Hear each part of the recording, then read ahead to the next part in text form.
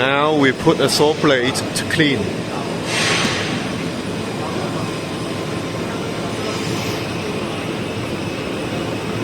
First is water cleaning. You can see all these waters, the brushes, the rollers. This one is also cleaning.